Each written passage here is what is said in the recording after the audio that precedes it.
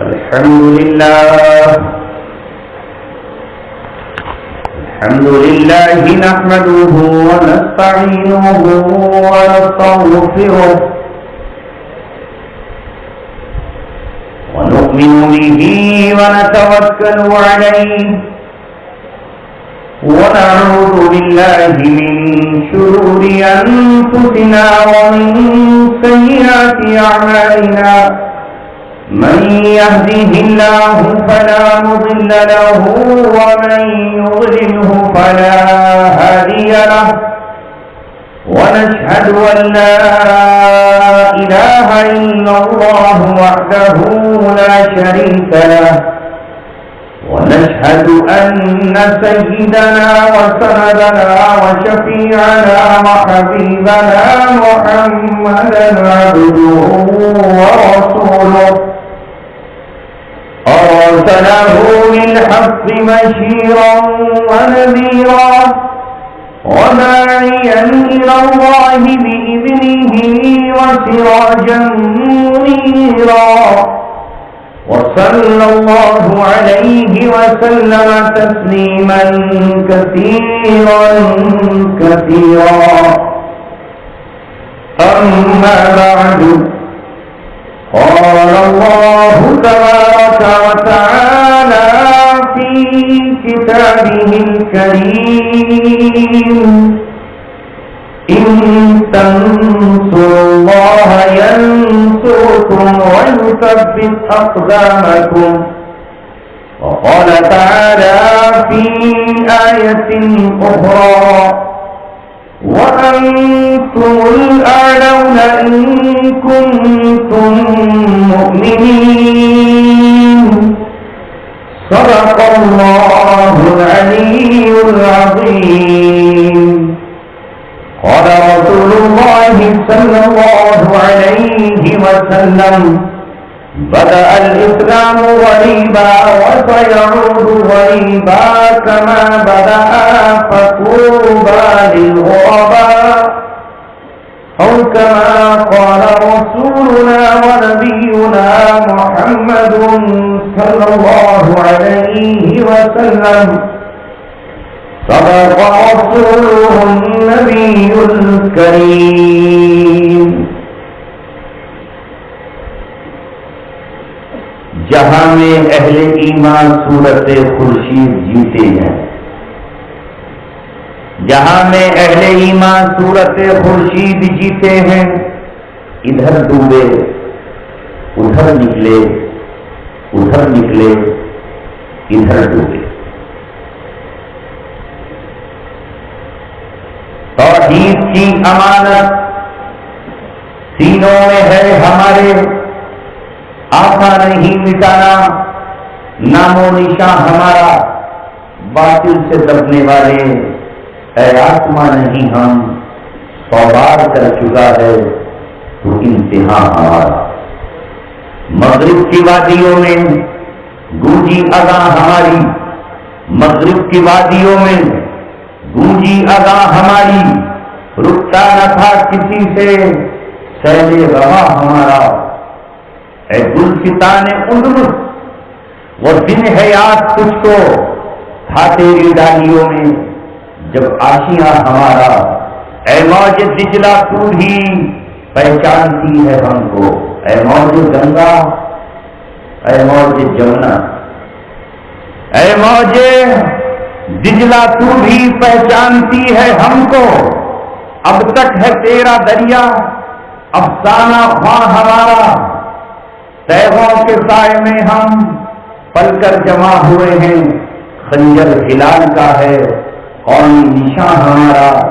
سالار کارواں ہے میرے حجاز اپنا، سالار کارواں ہے میرے حجاز اپنا، اس نام سے ہے باقی آرام جہاں۔ محترم حضرات، اسی مقام پر کئی سالوں سے اس ادارے کی نسبت پر اہل سرائے کریم اور اہل سمجھ سے گفتگو کرنے کا موقع مل جاتا۔ بہرحال میں نے اس زمانے میں آپ کے درمیان آنا شروع کیا تھا جب امت مسلمہ بہت ہی سخت ترین دور سے اپنے گزر رہی تھی، شدید حالات سے دوچار تھی، ہر آنکھ سے آنسو رواں اور رواں تھا۔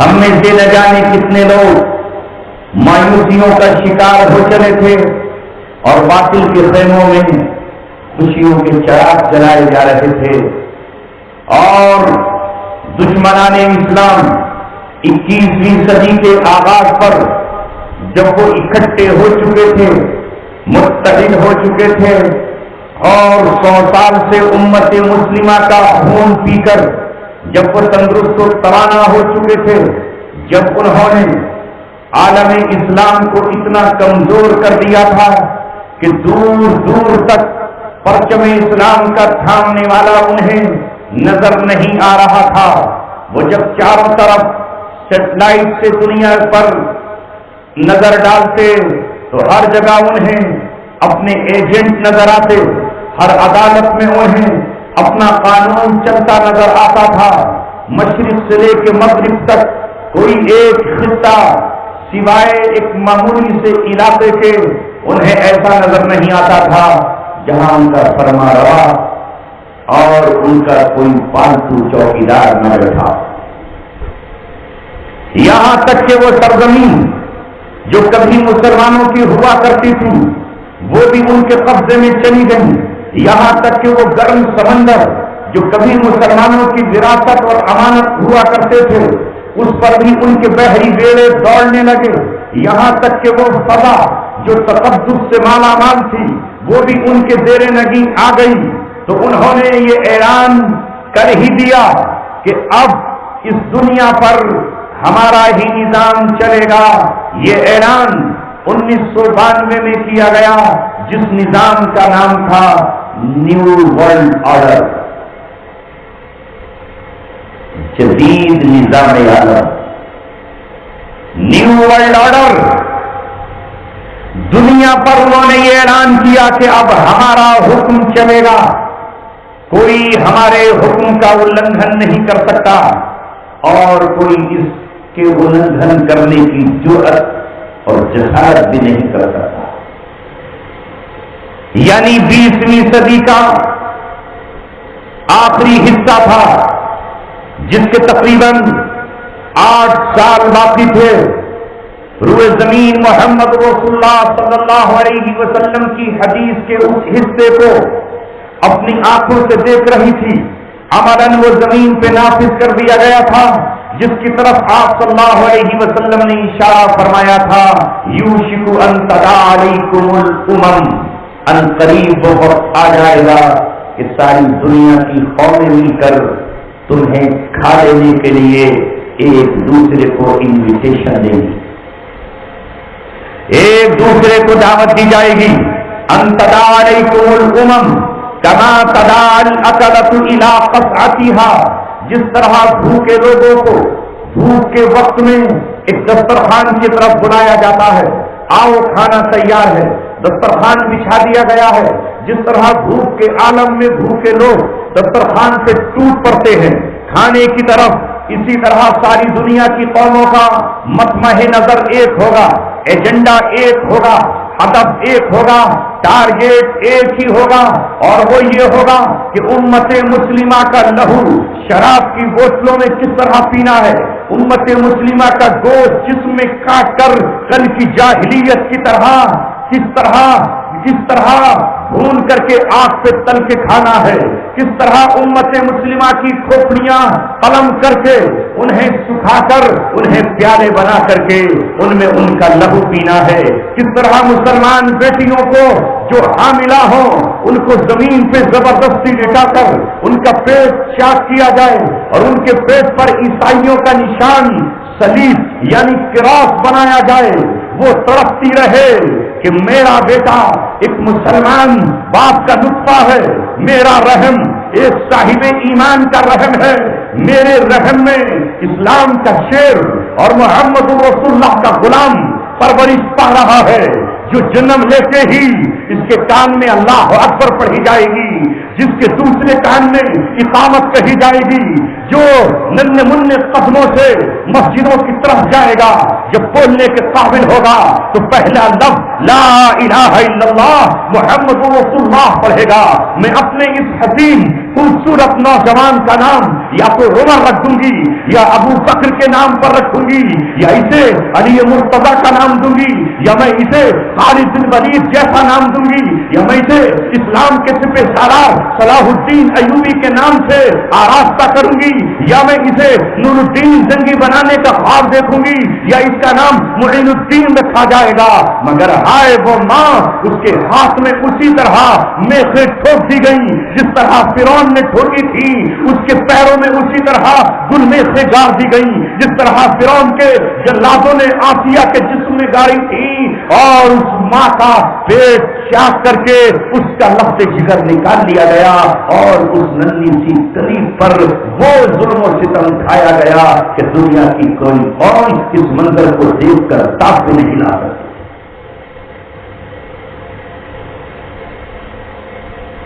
یہ سب کچھ اسی 20ویں صدی کے آخر میں ہوا۔ اخبارات گواہ ہیں، چینل گواہ ہیں، یہ آسمان گواہ ہے، دھرتی گواہ ہے۔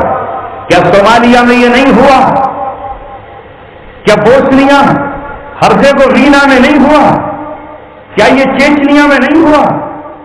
یہ روئے زمین پر ہوا کہ ساری دنیا کی قومیں اکٹھی ہوئی 1917 میں، ایک سرخ ریچھ سرخ پرچم لے کر آیا اور اسلامی ریاستوں کو رونتا ہوا، کچلتا ہوا، مسجدوں پر بلڈوزر چلاتا ہوا، قرآن کو آگ لگاتا ہوا، مدارس اسلامیہ کو منہدم کرتا ہوا، اور اسلام کے شیروں اور سپوتوں کو اپنے بلڈوزروں سے کچلتا اور ان کی لاشوں کو ملیا میٹ کرتا ہوا اس طرح آگے بڑھا کہ 1979 میں اس بھیڑیے نے، اس سرخ ریچھ نے، اس جنگل کے درندے نے، اس نے جو اللہ تبارک و تعالیٰ کا انکار کرتا ہوا آیا تھا، جو اللہ کی کتاب کو فرسودہ کہتا ہوا آیا تھا، جو نظام اسلام اور ہر طرح کے دین کو افیم کی گولی کہتا ہوا آیا تھا، افغانستان کی وادی میں 24 دسمبر 1979 کو قدم رکھ دیا۔ وہ کتنا خون بہا کر آیا، کیا مسلمانوں آپ کو یاد ہے؟ نہیں یاد ہے؟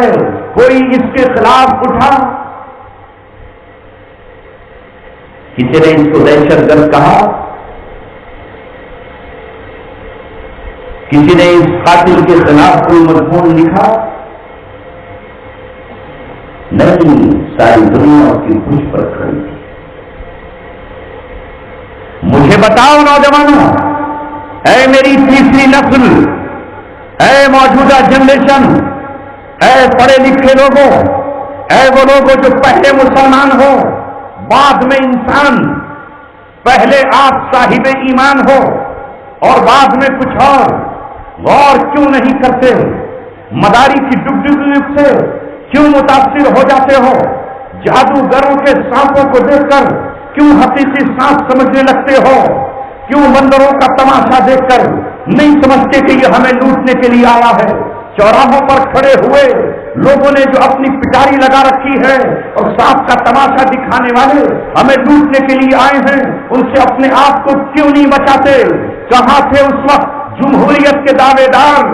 جمہوریت کے دعوے دار 70 سال تک کمیونزم کسی اور کا نہیں، مسلمانوں کا خون بہاتا رہا، مسلمانوں کی کتاب قرآن کو جلاتا رہا، اللہ تبارک و تعالیٰ کے گھر مساجد کو منہدم کرتا رہا، مسلمان بیٹیوں کو اٹھا کر کے ان کے ساتھ زناکاریاں کرتا رہا۔ ایک ریاست کو اس نے ختم نہیں کیا، 2 ریاستوں کو ختم نہیں کیا۔ ذرا آپ پوری پوری پوری جغرافیہ دنیا کی اٹھا کر دیکھیے کہ کیسی اسلام کی ریاستیں تھی۔ آذربائیجان، ترکمانستان، قزاقستان جو چلا ہے وہاں سے، تو اس نے ہر شہر کو کھنڈر بنا ڈالا، ملیا میٹ کر دیا۔ بتاؤ کون تھا؟ کہاں تھا اس وقت یہ امریکہ؟ کہاں تھے اس وقت یہودی؟ کہاں تھے اس وقت کے مشرکین و بت پرست؟ دنیا 2 خیموں میں بٹ گئی، ایک سمٹ کر کے ایک طرف ہو گئے اور دوسرے اسی کا ہاتھ تھام کر کے اس کے غلام اور اس کے پالتو کتے بن گئے. یہ منظر ابھی 20ویں صدی کا ہے. جب 20ویں صدی کا 17واں سال تھا، 1917 کا.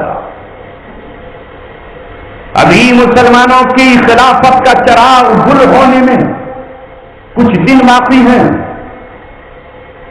کچھ دن باقی ہیں کہ اس سے پہلے ہی درندوں کو ابھارا گیا، جس پہ علامہ اقبال نے عرض کیا تھا.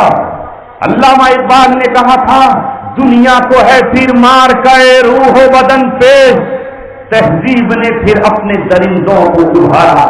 یہ تہذیب ابھر رہی تھی کہ نظم کا نام لے کر سوشلسٹوں کی بات کرتے ہوئے، مزدوروں کی فلاح کا نام لیتے ہوئے دنیا میں مالداروں کے خلاف ایک انقلاب برپا کیا جا رہا تھا. مگر مجھے بتاؤ، یہ اگر مالداروں کے خلاف جنگ تھی تو یہ جنگ دنیا کے ان ممالک سے کیوں نہیں ہوئی جن کا دین و دھرم ایمان نہیں تھا، جو مسلم ریاستیں نہیں تھیں؟ یہ ٹکراؤ صرف مسلمانوں ہی سے ہوا، مسلمانوں ہی کو ختم کیا گیا. تبھی علامہ اقبال نے کہا تھا دنیا کو ہے پھر مار کے روح و بدن پیش، تہذیب نے پھر اپنے درندوں کو ابھارا. اللہ کو پامر دیے مومن پہ بھروسہ، ابلیس کو یورپ کی مشینوں کا سہارا.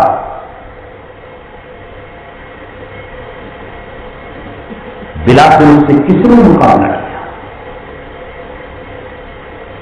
جو ان کے غلام تھے وہ اس کی پشت پر رہے. آج میرا نوجوان، آج مظلومات ہماری بہنیں اور بیٹیاں، آج ہر دھڑکتا ہوا دل ہم سے پوچھتا ہے کہ مسلم حکمراں کچھ کیوں نہیں کہتے؟ مسلم حکمراں کیوں نہیں بولتے؟ غلط فہمی ہے آپ کو. یہ مسلم ہوتے تو بولتے، ان کے دل میں ایمان کی رمق ہوتی تو بولتے، ان کے پاس قرآن کی صداقت ہوتی تو بولتے. یہ مسلم نہیں، یہ وہی ٹیکس دینے والے ہیں یہود و نصارہ کو، جس طرح کل قیصر و کسریٰ کو یہ ٹیکس دیتے تھے، آج بھی یہ حکمراں ہی کو ٹیکس دیتے ہیں، جن کا 25% تیل ان کو ملتا ہے اور 75% انہیں اپنے حکمرانوں کو دینا پڑتا ہے. انہوں نے بھی کل کی طرح آج کی دو طاقتوں کا ہاتھ تھاما. جس طرح 1450 سال پہلے جب عرب کی سرزمین، عرب کی سبزہ سرزمین، عرب کی خوشنما سرزمین، عرب کی وہ سرزمین جو کل سبزہ اگلتی تھی، آج تو وہ سونا اگلتی ہے، آج تو وہ پیٹرول کے چشمے وہاں سے اگلتے ہیں. کل بھی عرب کی سرزمین پر جب 7ویں صدی ہجری تھی، محمد رسول اللہ جب نمودار ہوئے تھے، تو اسی عرب کے سب سے زرخیز علاقے پر دنیا کی دو بڑی قوتوں کی حکمرانی تھی، عراق اور یمن کا علاقہ. ایران یعنی مجوسیوں نے ہتھیار رکھا تھا، اور ملک شام اور فلسطین کا سرسبز و شاداب علاقہ، جہاں زیتون بھی ہے، جہاں انجیر ہے، جہاں اللہ تبارک و تعالیٰ نے جس کی قرآن میں قسمیں کھائی ہیں وہ رومیوں یعنی عیسائیوں صلیبیوں کے قبضے میں تھا. عربوں کے پاس عرب کا صرف حجاز، نجد اور تہامہ تھا، جہاں خشک پہاڑوں کے سوا کچھ نہیں. سرسبز و شاداب علاقہ ان کے پاس. جو عرب قبائل کے سردار بھی تھے وہ ان کے غلام، ان کے بعد گزار، ان کو ٹیکس دینے والے، ان کو جزیہ ادا کرنے والے، ان کو ہدیے اور تحفے دینے والے، انہیں اپنی پیداوار کا حصہ دینے والے.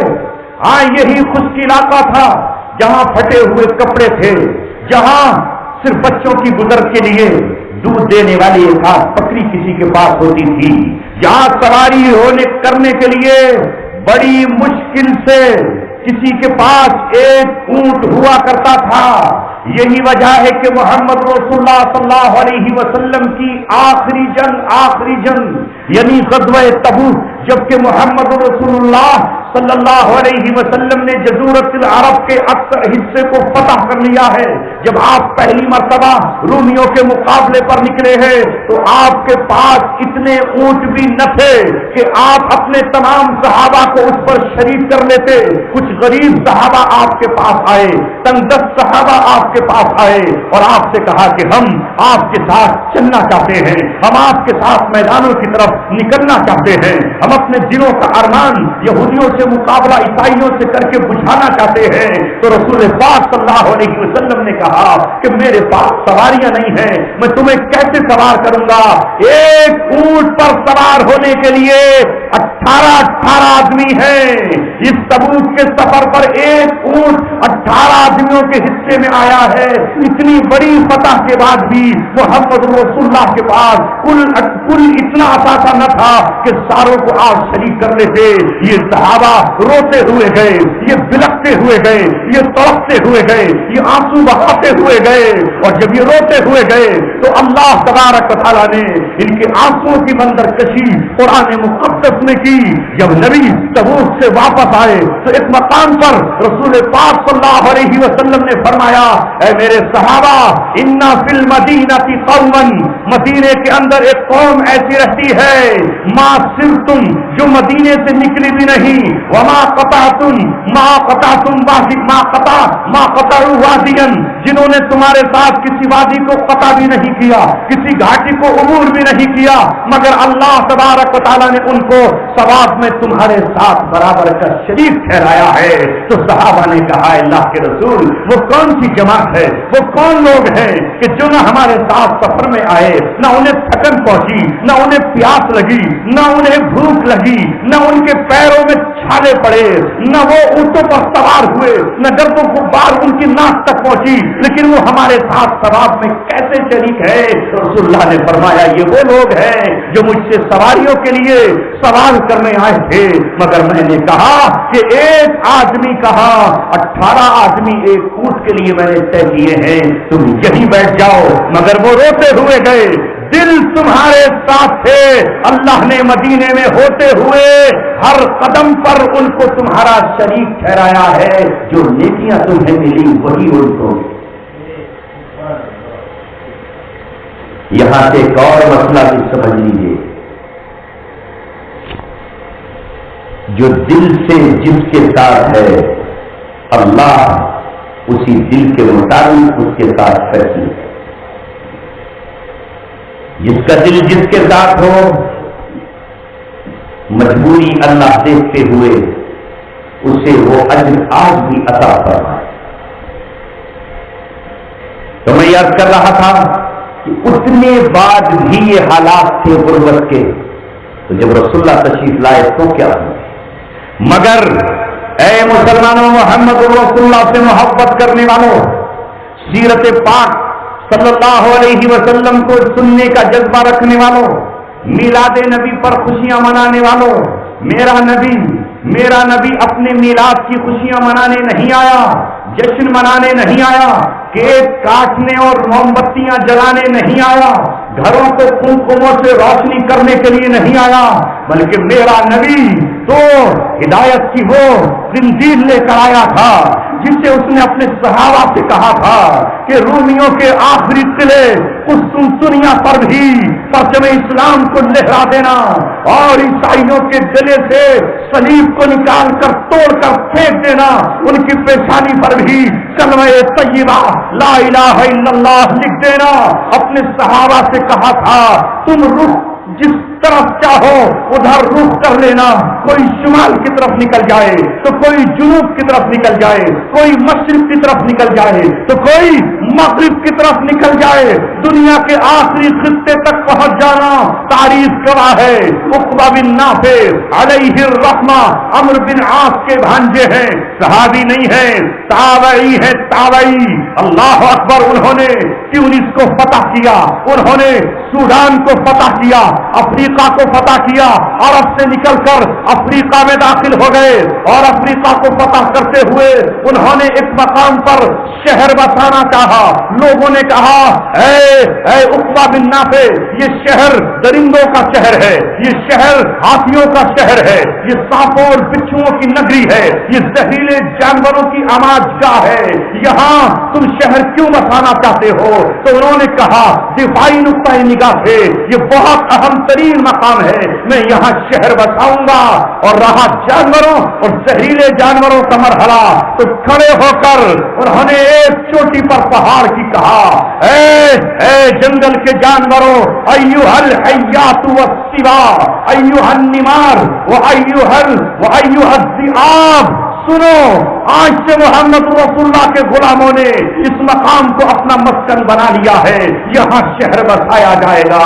اس سے پہلے کہ تم میں سے کوئی انجان ہمارے بچوں پہ حملہ آور ہو، تم میں سے کوئی نادان ہماری اولادوں پہ حملہ آور ہو، تم اس جگہ کو چھوڑ کر چلے جاؤ، اگر تم نے ہم پہ حملہ بولا تو ہم تمہیں قتل کرنے کے مجاز ہوں گے۔ لہذا تاریخ گواہ ہے، یہ آواز عقبہ بن نافع کی سنتے ہی شیر نے اپنے بچے کو اپنی پیٹھ پر بٹھایا اور کہا میرے لال یہاں سے چل، یہاں محمد کا دیوانہ عقبہ بن نافع آیا ہے، وہ شہر بسائے گا۔ شیر نے اپنے بچے کو ساتھ لے کر وہاں سے بھاگنا شروع کیا۔ ہاتھی نے اپنے بچے کے کان میں کہا یہ مقام نبی کے دیوانوں اور ان کے سپاہیوں کا ہے، چلو کہیں اور اپنی نگری بسائیں گے۔ سانپ اور بچھو وہاں سے نکل کر چلے گئے، وہ شہر آج بھی قائم ہے۔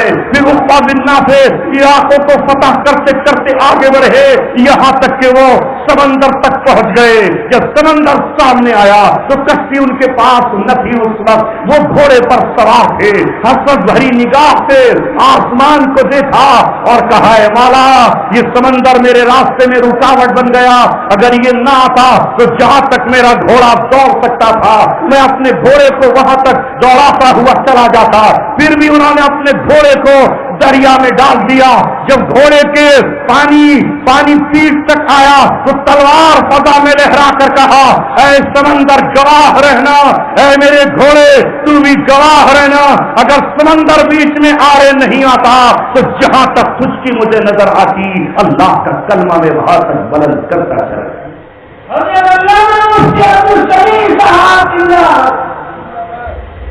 یہ ہے رسول اللہ صلی اللہ علیہ وسلم کی سیرت اور آپ صلی اللہ علیہ وسلم کے صحابہ کا طرز عمل۔ آپ صلی اللہ علیہ وسلم جب آئے تو آپ کی قوم عرب کسرا کو خراج و ٹیکس دیتی ہے اور رومیوں کی غلامی کی زندگی گزارتی ہے۔ محمد رسول اللہ صلی اللہ علیہ وسلم نے اپنی حیات طیبہ میں جب آپ مشرکین عرب سے فارغ ہو گئے، جب آپ نے یہودیوں کی کمر توڑ ڈالی، یہودیوں کی کمر توڑ دی اور مدینہ منورہ سے باہر نکالا، جب محمد رسول اللہ نے خیبر کو فتح کر لیا اور خیبر کی فتح کے بعد 8 ہجری میں آپ نے مکہ کو فتح کر لیا۔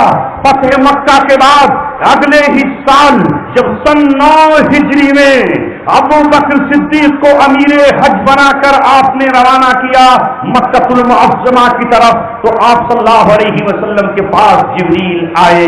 اللہ کو معلوم تھا کہ اب رسول اللہ کے آخری سال میں صرف 2 سال ہی باقی ہے، آپ کی عمر انتہا کو پہنچ رہی ہے، لہذا اعلان کرا دیا گیا حضرت علی رضی اللہ تعالیٰ عنہ کے ذریعے، اے علی جا کر اس سال مینا کے میدان میں تمام عرب قبائل کے سامنے، تمام بدوؤں کے سامنے، تمام مشرکوں اور ساری قوموں کے سامنے اعلان کر دینا۔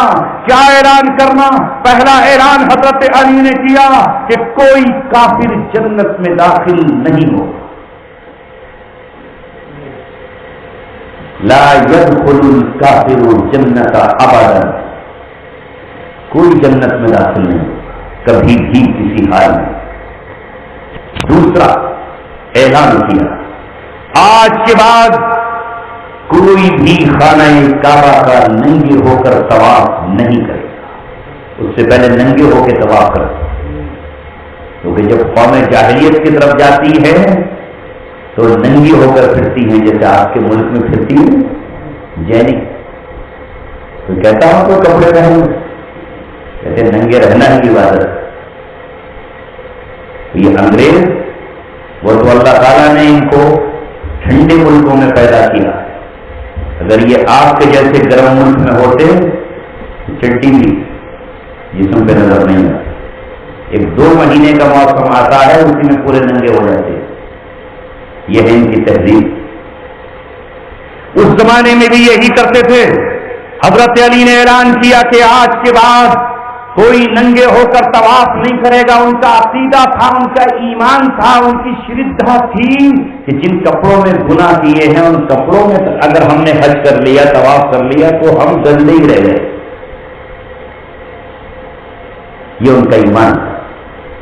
تیسرا اعلان کیا انما المشركون نجس فلا يقربوا المسجد الحرام بعد عامهم هذا. مشرک نجس و ناپاک ہے. آج کے بعد کوئی بھی حدود حرم میں داخل نہیں ہوگا, مسجد حرام میں داخل نہیں ہوگا. پورا مکہ حدود حرم ہے, پورا شہر مکہ حدود حرم ہے. مکہ میں داخل نہیں ہوگا. جو لوگ یہ کہتے ہیں کہ سب اللہ کی سنتان ہیں, سب اس کی اولاد ہے, سب دھان 27 شیر ہے, وہ غلط ہے. اگر سب اس کی اولاد ہے تو اللہ تعالیٰ خانہ کعبہ میں نہ جانے کی اجازت کیوں نہ دیتا؟ کیوں نہ دیتا؟ کچھ تو فرض کیا اللہ نے. اور اس کے بعد اگلا اعلان کیا جو سورہ توبہ اور سورہ برات کی آیت میں ہے کہ اللہ اور اس کا رسول اب مشرکین سے بری ہے. جن سے معاہدے تھے مقررہ مدت کے صرف ان سے پورے کیے جائیں گے, وہ بھی جب کہ انہوں نے ان معاہدوں میں کوئی خلاف ورزی نہیں کی ہے, یعنی ہمارے دشمنوں کی مدد نہیں کی. جو مقررہ مدت کے معاہدے تھے وہ صرف پورے کیے جائیں گے. باقی جن سے معاہدہ نہیں تھا ان سے نیا کوئی معاہدہ نہیں ہوگا, ان سے تو تھا ہی نہیں. تو مشرکین عرب کی کتنی قسمیں ہو گئیں؟ ایک وہ مشرک ہوئے جن سے کوئی معاہدہ نہیں تھا, اور ایک وہ ہوئے جن سے کہ معاہدے تھے. اس طرح 2 قسمیں ہو گئی. ایک وہ جن سے معاہدے تھے اور دوسرے وہ جن سے معاہدے نہیں تھے. اب جن سے معاہدہ نہیں تھا ان سے تو اگلا ہونے کا مطلب یہ نہیں, برات کا اعلان. جن سے معاہدے تھے ان میں پھر 2 قسم کے لوگ تھے. کچھ وہ تھے جن سے مقررہ مدت کے معاہدے تھے, اور کچھ وہ تھے جن سے مقررہ مدت کے معاہدے نہیں تھے, ان لمٹ تھے. تو جن سے ان لمٹ تھے ان کے معاہدے بھی ختم. بس جن سے مقررہ مدت کے معاہدے ہیں ان سے بھی اس وقت پورے کیے جائیں گے جب انہوں نے ہمارے دشمنوں کی کوئی مدد نہ کی ہو. باقی 3 جو قسمیں بچی, جن سے کوئی معاہدہ نہیں تھا, جن سے معاہدہ غیر مقررہ مدت کا تھا, یا جو معاہدوں کی خلاف ورزیاں کر چکے تھے, ان سے کہہ دیا گیا, اعلان کر دیا گیا فَإِذَا انْسَلَخَ الْأَشْهُرُ الْحُرُمُ. جب 4 مہینے غور کر لو, پہلا مہینہ, دوسرا, تیسرا, چوتھا, یعنی حج کا مہینہ 10 تاریخ کو مینا میں اعلان ہوا, ذی الحج کی 10 تاریخ کو, اس کے بعد محرم کی 10 تاریخ کو پہلا مہینہ ہو گیا, اس کے بعد سفر کی 10 تاریخ کو دوسرا مہینہ ہو گیا, اور اس کے بعد سفر کے بعد ربیع الاول کو تیسرا مہینہ ہو گیا, اور پھر اس کے بعد اگلے مہینے کی 10 تاریخ کو جب چوتھا مہینہ مکمل ہو جائے. 4 مہینے سوچ لو, 4 مہینے کے اندر یا تو اسلام قبول کر لو اور یا جزیرت العرب کو چھوڑ کر کے کہیں اور منتقل ہو جاؤ. 4 مہینے تمہیں غور کرنے کی فکر ہے, یہی اسلام کا نظام امن ہے, یہی محمد رسول اللہ کی رحمت کا پیغام ہے. ورنہ اعلان کے فوراً بعد بھی انہیں قتل کرنے کا حکم دے دیا جاتا. مگر 4 مہینے غور کرو, اگر جزیرت العرب میں رہنا چاہتے ہو, جزیرہ محمد میں رہنا چاہتے ہو, تو 4 مہینے کے اندر تمہیں اسلام قبول کرنا ہوگا. اگر اسلام عزیز نہیں ہے, اسلام پر نہیں آنا چاہتے, تمہیں کفر میں رہنا ہے، تمہیں اپنے شرک پہ رہنا ہے، اپنے پرانے باطل دین پہ رہنا ہے، تو اللہ کی اس مقدس سرزمین کو چھوڑ کے کہیں اور جانا ہوگا۔ لیکن اگر تم حج دھرمی پر رہے اور تم نے یہ کہا کہ نہ اسلام قبول کریں گے اور نہ جزیرہ عرب چھوڑیں گے، کون ہے جو ہمیں یہاں سے نکالے اور کون ہے جو ہمیں کلمہ پڑھائے؟ تو اللہ تعالیٰ نے کہا جب 4 مہینے گزر جائے فَإِذَا انْسَلَخَ الْأَشْهُرُ الْحُرُمُ فَاقْتُلُوا الْمُشْرِكِينَ حَيْثُ وَجَدتُّمُوهُمْ، تو ان مشرکین کو جہاں پانا وہاں ان کو قتل کر دینا، وَاحْصُرُوهُمْ، انہیں گھیر لینا، وَاقْعُدُوا لَهُمْ كُلَّ مَرْصَدٍ، اور ان کی گھاٹ میں بیٹھ جانا۔ اللہ اپنے اس جزیرے میں اپنے کسی باغی کو قتل برداشت نہیں کرے۔ ظاہر ہے کہ اب اسلام میں آنا ہی تھا، سب کے سب اسلام میں داخل ہو گئے۔ لوگ کہتے ہیں اسلام اخلاق سے پھیلا، اگر اخلاق کی بات کی جاتی تھی آ جاتے اسلام میں۔ ارے اس آیت کا نام ہی آیت السیف ہے، اللہ نے گنجائش ہی نہیں دی۔ جزیرۃ العرب میں رہنا ہے تو اسلام قبول کرو گے، ورنہ بھاگو، کہیں اور جاؤ، چین جاؤ، جاپان جاؤ، سری لنکا جاؤ، برطانیہ جاؤ، کہیں بھی جاؤ، روم جاؤ، افریقہ جاؤ، لیکن یہاں رہنا ہے تو اسلام پر رہنا ہوگا۔ یہ معذرتیں کیوں پیش کر رہے ہو؟ اللہ کے رسول صلی اللہ علیہ وسلم پر یہ قرآن اترا ہے، آج قرآن کے حافظوں کی ذمہ داری ہے، حافظوں کی ذمہ داری ہے کہ وہ قرآن کو امت کے سامنے پہنچائیں، ان کے علماء کی ذمہ داری ہے کہ یہ بتائیں۔ بات اس پر چل گئی کہ میں یہ عرض کر رہا تھا کہ جب جزیرہ عرب سے محمد رسول اللہ فارغ ہو گئے، یہاں اعلان ہو گیا، سن 9 ہجری میں اعلان ہو گیا ذی الحج کی 10 تاریخ کو، اور 4 مہینے کے بعد جو سے اسلام قبول نہیں کرنا تھا وہ بھاگ گیا، اور جسے جزیرہ میں رہنا تھا وہ مسلمان ہو گیا۔ تو اب محمد رسول اللہ صلی اللہ علیہ وسلم نے رومیوں کا رخ کیا، یہاں تک کہ آپ صلی اللہ علیہ وسلم نے اپنی 60 سال کی عمر میں 61 سال کی عمر میں غزوہ تبوک میں رومیوں کے مقابلے پر آپ نکلے، جبکہ روم اس وقت کی دنیا کی سپر پاور طاقت تھا، اور اس کی سرحد پر آپ 1 مہینے تک ٹھہرے رہے، اس میں ہمت نہیں ہوئی۔ غزوہ تبوک پیغام تھا کہ اسلام اب رومیوں تم سے ٹکرانے کے لیے اپنے پر تول رہا ہے، اور جب محمد رسول اللہ کو 2 سال کے بعد جب آپ کا آخری وقت ہے، آپ دنیا کو چھوڑ رہے ہیں، تو پوری تاریخ گواہ ہے، ساری امت گواہ ہے، امام بخاری کا قلم ان کی بخاری شریف گواہ ہے کہ آپ نے جو آخری لشکر روانہ کیا ہے وہ اسامہ بن زید کا لشکر ہے، اور یہ اسامہ بن زید اس امت کا سب سے چھوٹا سپہ سالار ہے، یہ 17-18 سال کا نوجوان ہے جو رومیوں سے مقابلے کے لیے جا رہا ہے۔ آپ نے اسامہ سے کہا، اے اسامہ میری بیماری کی پرواہ مت کرنا، اے اسامہ اگر میں اللہ کی طرف چلا بھی جاؤں تو تو واپس رک مت جانا، تو جس مشن پہ میں نے تیرے باپ کو بھیجا تھا، یعنی غزوہ موسیٰ پر، جس زمین پر تیرے باپ کا لہو بہا ہے، جہاں تیرا باپ شہادت کا جام پی کر رب سے جا ملا ہے، اپنے باپ کے مشن کو اے اسامہ تجھے پورا کرنا ہے۔ یہ 17 سال کا نوجوان جو محمد رسول اللہ کا پوتا کہلاتا ہے، اللہ اکبر۔ اسامہ آپ کے پوتے ہیں، آپ نے زید بن حارثہ کو پالا تھا، آپ نے اپنا بیٹا بنایا تھا، لیکن اس بیٹے کو آپ نے رومیوں کی لڑائی پہ قربان کر دیا، آپ نے اپنے بھائی جعفر طیار کو قربان کر دیا، آپ نے اسلام کے خطیب، اسلام کے شاعر، اسلام کے ادیب عبداللہ بن رواحہ کو اسلام پہ نچھاور کر دیا۔ یہی وہ لشکر تھا جو رومیوں کی طرف روانہ ہوا۔ جب رسول اللہ کی وفات کی خبر آئی تو اسامہ سے رہا نہ گیا۔